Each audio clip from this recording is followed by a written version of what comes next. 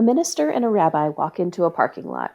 Sounds like the beginnings of a bad joke, but for one man, it was the miracle he'd been waiting for. Karen and I walked out to our cars, and she said, "Tell me again what was going on." And I did, and she just said, "Well, I'll give you one of mine." That's Andy Bosov, a kidney recipient, musician, advocate, and this year's Walk for Kidneys chair. I'm Sarah Jane Castro, Director of Marketing and Communications for the National Kidney Foundation of Illinois, and your host for this episode of The Journey Continues. Andy, thank you so much for joining us today. You're quite welcome. It's my pleasure. Can you tell me a little bit about your history with kidney disease prior to your transplant? I started with ulcerative colitis, and one of the very common medicines that people take for UC, unfortunately, killed my kidneys. I was like that 1 in 10,000 person with such a severe adverse reaction. We didn't find out right away. It took a couple of years of taking that medication until my blood work showed that my kidney numbers were way off, and that started my journey with kidney disease. Wow. Oh my gosh. That must have been quite shocking.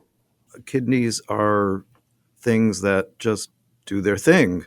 And until you need to know about them because they're malfunctioning, nobody really thinks about them much when they're healthy. Mm-hmm. But they have become a major part of my day-to-day vocabulary. Yeah.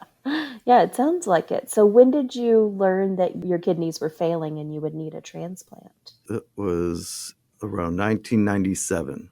Had you gone on dialysis before that? No. So Okay. that's when it was first discovered.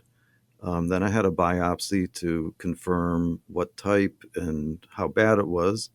I was on medication for 9 years. And then in the 10th year, the numbers started going bad and the medicine couldn't control the malfunctioning of my kidneys anymore. And that's when we started really talking about the need for transplant and dialysis for that matter. What were you feeling during that time? Well, it was upsetting because of the circumstances. I'm like the poster child for making sure that you have blood work done regularly. The complication was that I had moved to a new state, and my first doctor that I hooked up with was a gastroenterologist because of the ulcerative colitis. Mm-hmm. Now, as far as I know, he knew that I didn't have a general practitioner as yet. So he really should have done blood work on me immediately just to get a base, but he didn't. And so for a couple of years under his treatment, everything was fine with the ulcerative colitis, except that my kidneys were dying. Mm. So 2 more years went by, and by that point, I was down to 24% and sinking. You find out your kidneys are failing. Did you end up going on dialysis? Or did I you go did, but right to not transplant? until the Okay. 10th year after initial diagnosis. So I was actually in a transplant program at the University of Tampa. So I had to send blood up once a month. And after a year, they kicked me out because my levels weren't changing at all. But like I said, in the 10th year, things started going south. And so I finally had a fistula constructed in my arm. Actually, I started dialysis before I got the fistula. Did you start looking for a kidney donor right away? Or what were you thinking about, like transplant and how to Right. find a donor? So that was July when I started dialysis. By September, I was listed with UNOS. My immediate family members tested, and none of them qualified to donate. And that kind of took the fall.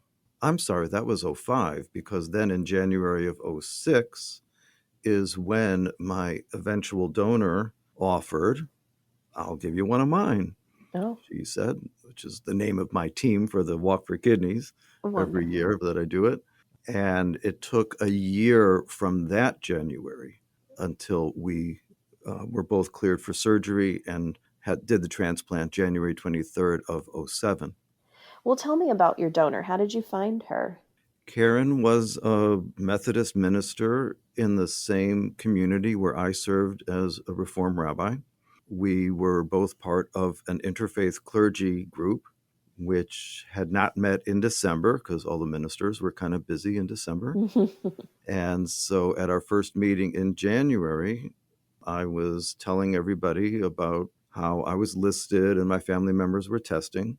And Karen and I walked out to our cars at the parking lot together. You know, that's where all the meeting stuff really happens, in the parking lot. And she said, "Tell me again, you know, like what was going on?" And I did. And she just said, "Well, I'll give you one of mine. Let Wow. me talk to my husband about it and I'll get back to you." Well, 9 o'clock the next morning, she called and said, "We prayed about it last night, and Frank and I think it's exactly what God must want me to do. So, what do I have to do to give you my kidney?" Wow, that's incredible. It was. It was completely selfless of her. And it took a little while for both of us to be cleared for surgery. In fact, it took almost 12 months. Wow. And we finally got the clearance the following December, right? So the end of the year now, end of '06, which was kind of momentous because a regional newspaper article was set to come out on the Sunday, a week or week and a half, whatever, before Hanukkah and Christmas. And we found out that we both were cleared for surgery just before the article came out. So the reporter was able to add a little sidebar saying that we had been cleared for surgery and now the transplant is actually imminent. By that night, somebody called me and said, "You know, I just saw your story online in the Jerusalem Post." Oh my gosh. And I just didn't realize like that story in the regional New Jersey, Southern New Jersey paper would actually hit the wire, AP, and it started spreading by whatever time. I forget what time I started dialysis. I think 10, 9 o'clock, whatever. In the morning, my phone started ringing off the hook for interviews. Wow. And if you Google my name, there are thousands. Every little paper that picked up the AP wire that day with the story, you know, mention us. So it was kind of our 5 minutes of fame. Yeah, well, that's Um, an incredible story. and just that we found out within a day of each other that we were both cleared of the various issues. Karen Yeah. actually had to undergo a hysterectomy over the summer Oh my goodness. and then still came back, tested again, and was cleared. So it was kind of amazing. She passed her initial testing perfectly, except for one lymph node in her abdomen. So apparently, after her gynecological clearance exam, she started growing fibroid tumors and needed a radical hysterectomy over the summer. Oh my gosh. So, in a sense, it was kind of good that she had some kind of forewarning. But then she got all through that. Meanwhile, one of my sisters in law tested and she also didn't quite make it because her tubing was too short for my body. So, come December, right before Christmas, Hanukkah, we were both cleared for surgery. And the story just, you know, goes up like a wildfire. So Well, that by January 23rd, the date of the transplant at University of Pennsylvania Hospital, my then wife and surgeon had to have a news conference following the surgery because there were so many news oh my outlets that gosh. were interested in the story. Wow. Well, it sounds like life changed quite a bit for you then around that time. How did life change after transplant? What did you feel like? What was Well, life like post first of all, I surgery? didn't have to go to dialysis anymore, of Mm. course, Mhm. and was just very, very lucky that everything went so well. Knock on Formica or whatever this surface is in the studio. So, and really the only glitch along the way was that about a year and a half after transplant, I had to have my two original kidneys removed because they were getting tumorous and they didn't want Mm. any issues to develop further from that. Yeah, I think that's something a lot of people don't realize is that unless there's a problem, you keep your Yeah, original they just kidneys. kind of they just Yeah. kind of sit there, right? So why is that advocacy work you mentioned? Why is that so important to you? Well, my body is worth over $1 million. I often joke that I'm worth more alive than dead. Um, and I received an amazing gift from Karen and from the medical insurance world. and I'm just the kind of person who repays a favor. So I have a lifetime of favor to repay, and I want to make sure that anybody who can avoid this by being properly cared for by their general practitioner or anybody else, people totally unaware of what kidneys do, Yeah. and really how vital they are to our everyday functioning. But there are many other aspects with regard to the insurance coverage that people receive, or Medicare, Medicaid issues, and all these things are important. Just getting people to sign up to offer their organs posthumously Hmm. is still an issue. So you mentioned earlier that you're a rabbi. Has this experience affected your spirituality in any way? Not really. My spirituality leans toward the interpretation of God as creator of everything. And without getting too theological, I'm more of the transcendent God that created and set things in motion. We don't know how that all happened, but however it happened, that's what God is. Hmm. So, as someone who appreciates life in all its forms, we all have to realize that not all apples are created equally. We may say that people are all equal, but physically we're not. And one person may have a severe reaction to a bee sting, even fatal, and the other person could have 6 of them and not even know it. Hmm. So, the same thing with kidney disease, the same thing with so many other conditions. So, we all have to deal with what we have. As the saying goes, make lemonade. Yeah, yeah. Well, are there any connections between Judaism and organ donation? Is there like any sort of Yes, religious implication there? basically, yes, both for receiving and donating. And the concept in Hebrew is called pikuach nefesh, which loosely translated means the sustaining, the maintaining of the soul, but it's like the healthy aspect of the body. So you're supposed to keep a body alive as best as you can while you can. It wasn't so at first, but now even the most stringently orthodox also interpret pikuach nefesh to include kidney donation and receiving. I love that. That's a beautiful sentiment and belief. I like that a lot. So we mentioned it a little earlier that you're a singer and a pianist. Mhm. How's music impacted your physical and mental health, or how has it helped you as you've experienced some health issues? In a trite manner, I could say the show must go on. Music has been an identifying factor in my life since before I could talk in full sentences.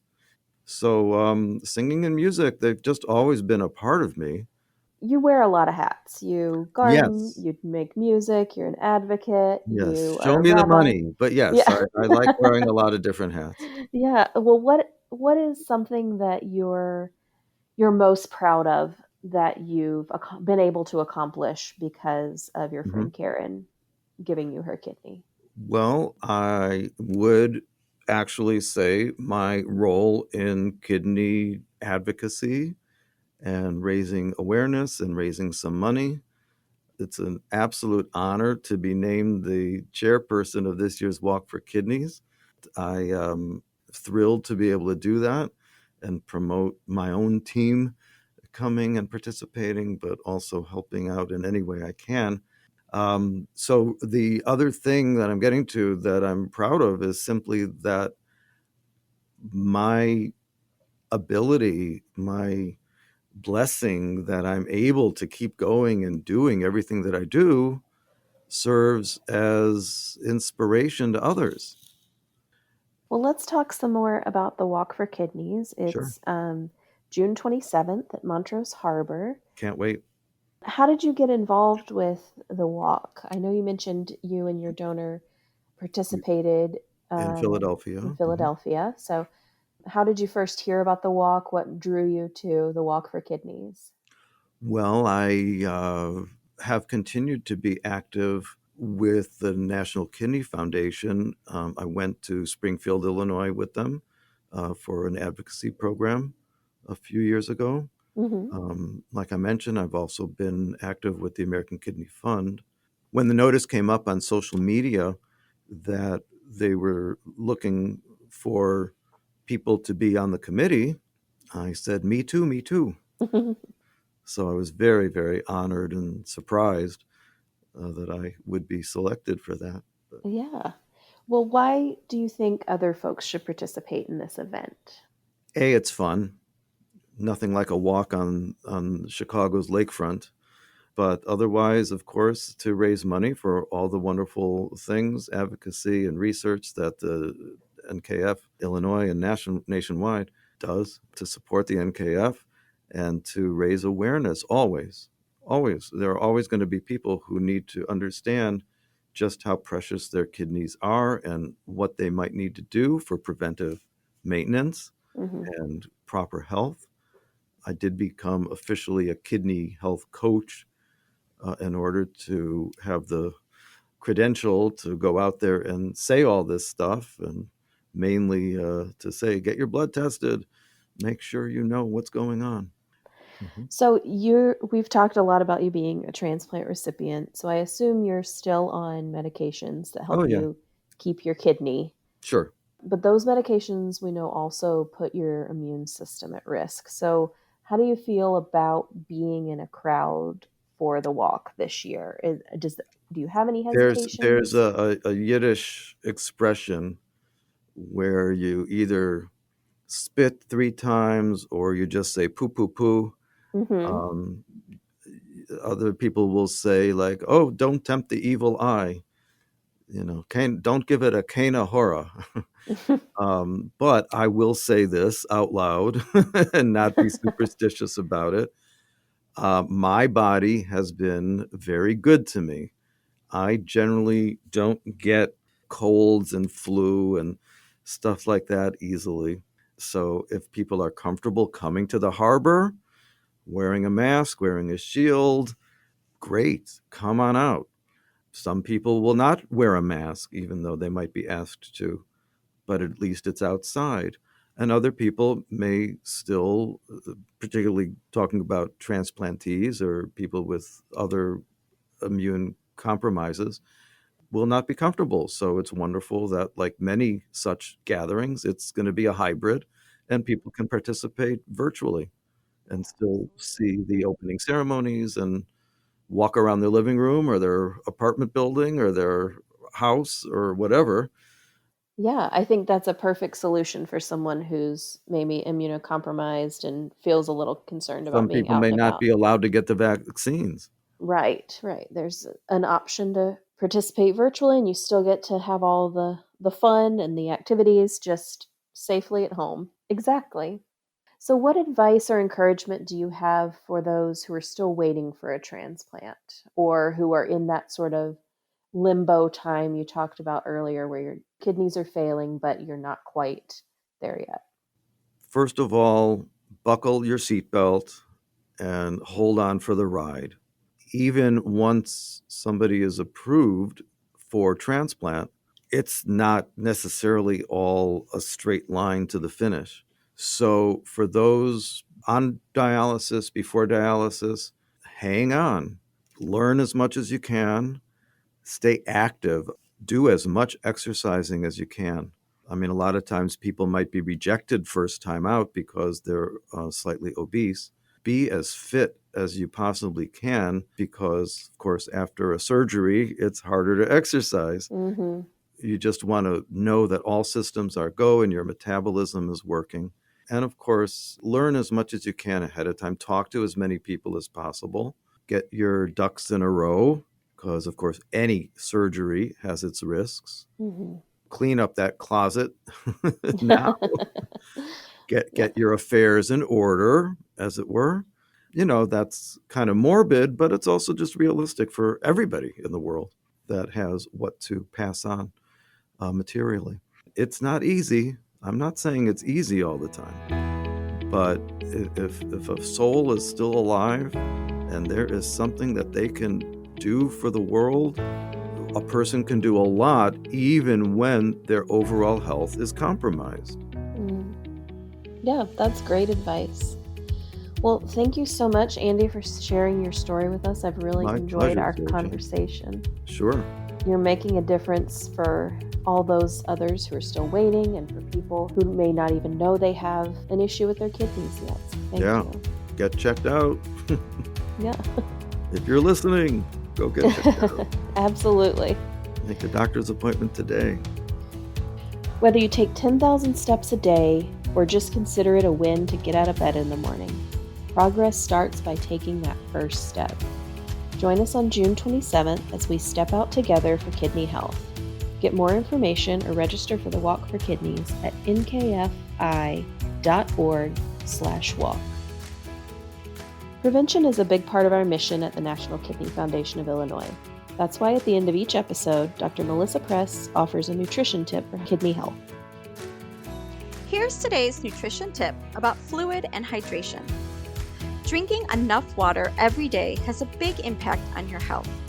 It can prevent dehydration, help with maintaining your body temperature, allow for regular bowel movements, and help to prevent kidney stones. Water and proper hydration are necessary to lubricate and cushion your joints, protect your spinal cord and other sensitive body tissues, and help to rid your body of waste through urine, perspiration, and bowel movements. A common question is, how much water should I drink in a day? That answer varies by person and health condition and is best answered by your healthcare provider. But in general, you want to make sure you are drinking enough water to produce urine that is a light color. Darker urine may indicate that you are not drinking enough. While water is the drink of choice, other beverages such as tea, coffee, and milk can also keep you hydrated. Don't forget that some of the foods we eat have a higher water content and can help you meet your fluid needs. These foods include soup, fruits, and vegetables. Wondering how you can drink more water in a day? Try a few of these tips. Carry a water bottle with you and refill it throughout the day. Freeze water in a freezer-safe water bottle. Take one with you and then it'll thaw and you have water all day long. Choose water over sugary drinks. Opt for water when you're eating out. Serve water during meals and add a wedge of lime or lemon to your water to enhance the flavor of water and help you drink more water than you're used to. With today's nutrition tip, I'm Melissa Press, a registered dietitian nutritionist and the foundation dietitian for the National Kidney Foundation of Illinois. The Journey Continues is brought to you by the National Kidney Foundation of Illinois and sponsored by Donate Life Illinois.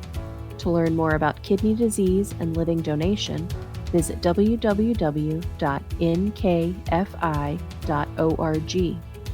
To register to become an eye, tissue, and organ donor, visit lifegoeson.com. If you enjoyed what you heard today, please subscribe to and leave a review for The Journey Continues in Apple Podcasts or wherever you like to listen. This podcast is produced by Ribbit. To hear more great podcasts, visit ribbit360.com.